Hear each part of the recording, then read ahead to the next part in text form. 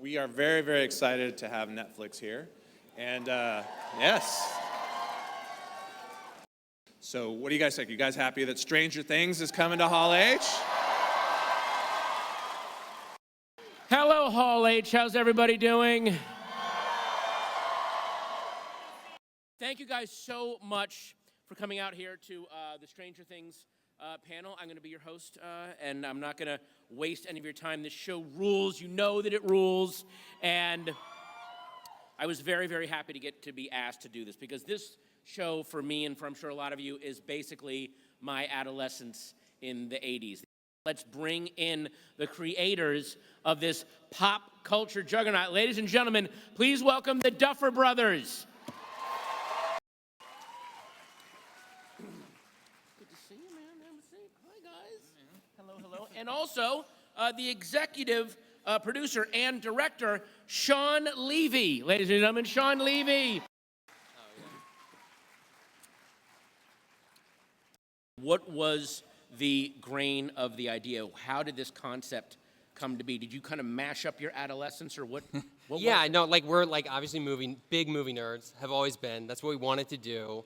And we started to get into television as it became more and more cinematic. Yes. Shorter seasons, they started to feel like big movies. And so we're like... I remember it was like True Detective, Cary Fukunaga doing that, and Steven Soderbergh's The Knick, and we just started going, I'm as excited and more excited by this stuff I'm seeing on television, if you even want to call it that.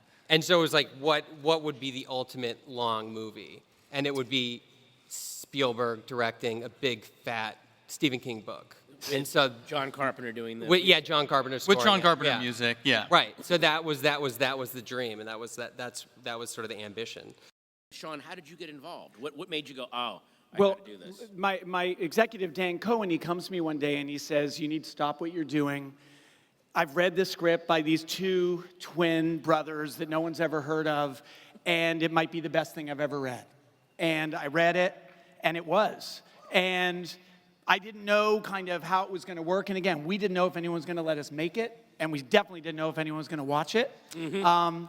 But I knew that this combination of an 80s backdrop, genre, and character authenticity was going to be something special. And I told the brothers, you know what, whatever you need, that's what I'm going to do, and let's get this into the world. Of course, the girl next door with the tough side, Nancy Wheeler. Ladies and gentlemen, Natalia Dyer.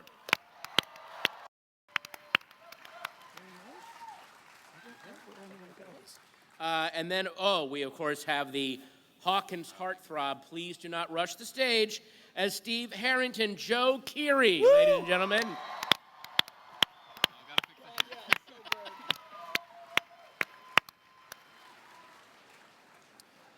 Next, please welcome the best police chief in Hawkins, Indiana.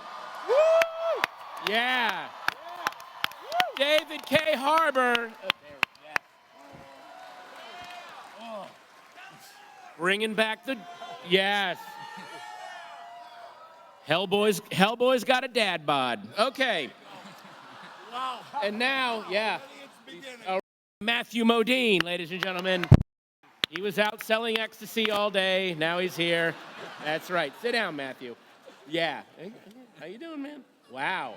Should you be more, you're going to turn into a skateboard. Like, just try to unmellow yourself. My God. There is not a kid in the world who can handle a slingshot better than this guy. Please welcome the ultimate bandana-wearing badass, Lucas Sinclair, Caleb McLaughlin, ladies and gentlemen.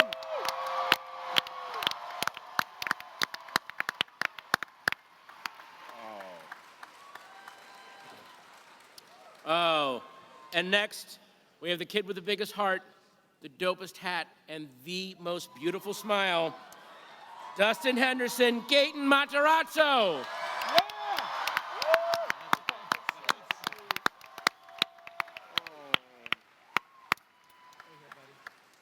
And now, the only boy who has escaped the upside down, Will Byers, Noah Schnapp, ladies and gentlemen.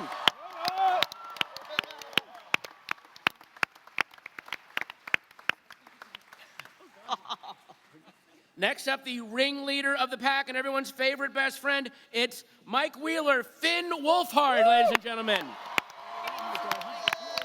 Yeah. Finn Wolfhard. And lastly, in a world of 10s, being 11, ladies and gentlemen, welcome the girl who can flip vans with her mind, Millie Bobby Brown.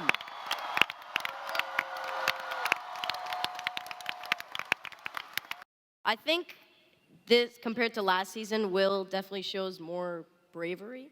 And then you'll definitely learn how the Upside Down affected Will, and you'll get more into his storyline. But there's not much I can say, because I don't want to spoil anything. Caleb, did you have to do slingshot training? Did they? Whoa, okay. I was joking. Sorry. You know, I realized that, like, I did it wrong. What? Like, I held it weird in the beginning, and then I had to learn how to, like, the actual day where I had to, like, try to slingshot the Demogorgon, I was kind of like shooting it at the camera and everyone else around there. So I kind of had to teach myself, and like also like the Duffers were helping me out. They're like, "Oh, this is a good idea," and so I guess you get real training just with like more than one person. It's hard to keep a straight face with, teen boys because they play pranks and they tell a lot of jokes, like when I'm doing an emotional scene. She's talking about David, by the way. Talking about who? Yeah, no, I mean, I'm professional, but overall, it was all right. Woo! What's up, Comic-Con?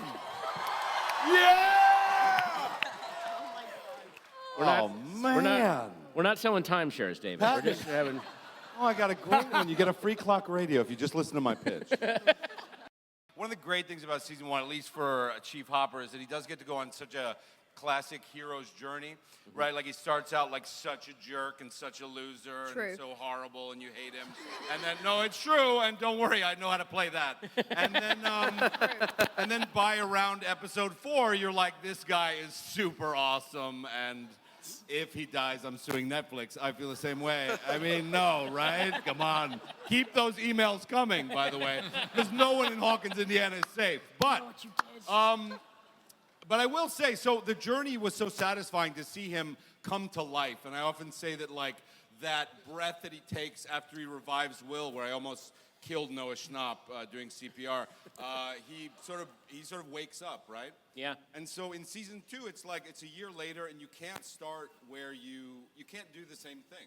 You can't wake up again. So I think one of the really interesting, subtle things about the arc in season 2, which I can tell you, is that there is a psychology of a heroic action where someone does something heroic, and then whether or not they can live up to that in their daily life, or whether or not there are perils even of your own being a savior complex, and the sort of intricate psychology of like what that makes you as a human being and the pitfalls of that. So you're going to see a wildly different arc in season 2, but to me it's just as satisfying like where we get to in the end. And it all begins with leaving Egos for a character in the woods who he feels like might still be out there.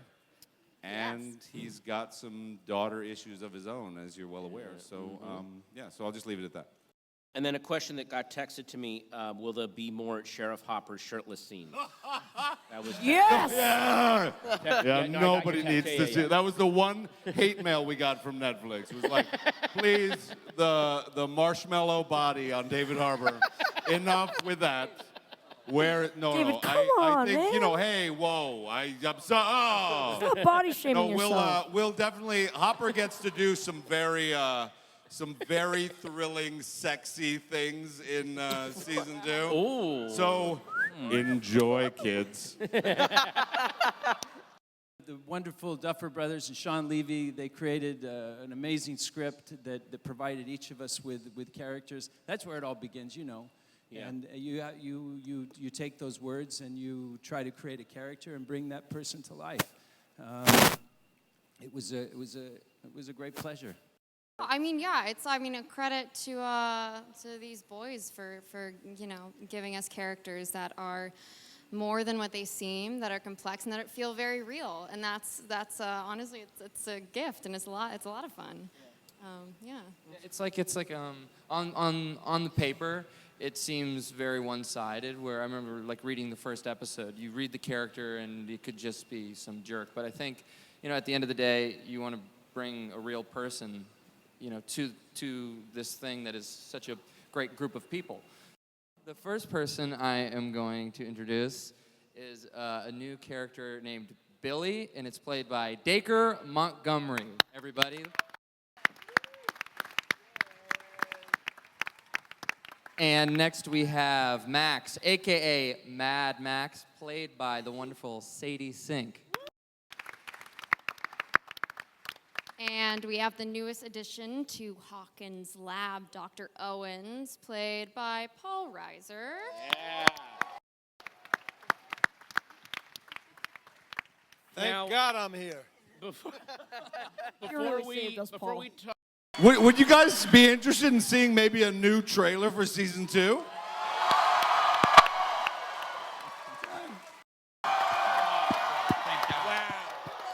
Yes. Oh my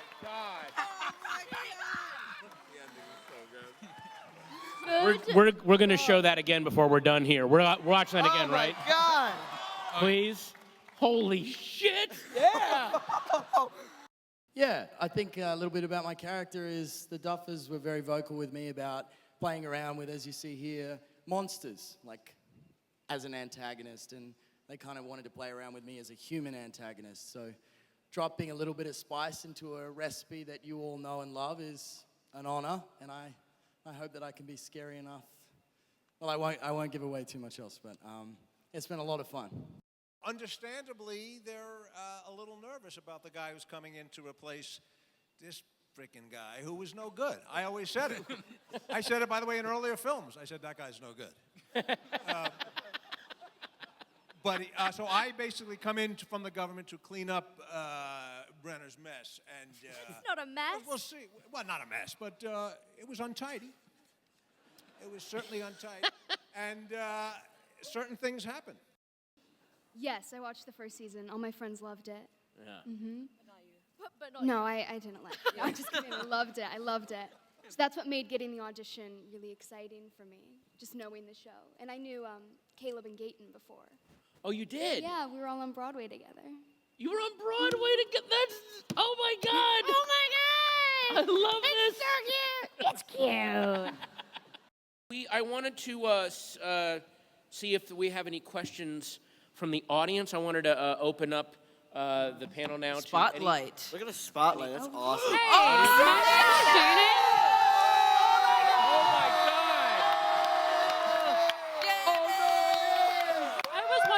I was wondering. Is Barb gonna be in season 2?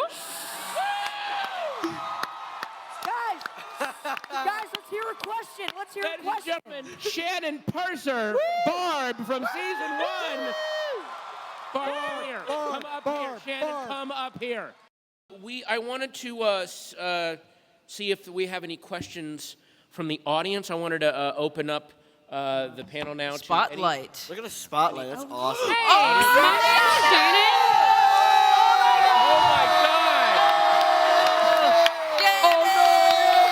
I was wondering. Is Barb gonna be in season 2? Guys, let's hear a question. Let's hear a Ladies and question. gentlemen, Shannon Purser, Barb from season 1. Barb, come here. Come up here. Shannon, come up here. Oh my God. I was wondering if Barb is gonna be in season 2. Yeah, I can answer that. No. Wow. Harsh. Oh, but there will be justice for Barb. Justice for Barb. Barb will be avenged. Another round of applause for the Duffer Brothers, Sean Levy, and the cast of Stranger Things 2. Thank you so much, Hall H. Have a great convention. We'll We'll see you around. Thank you.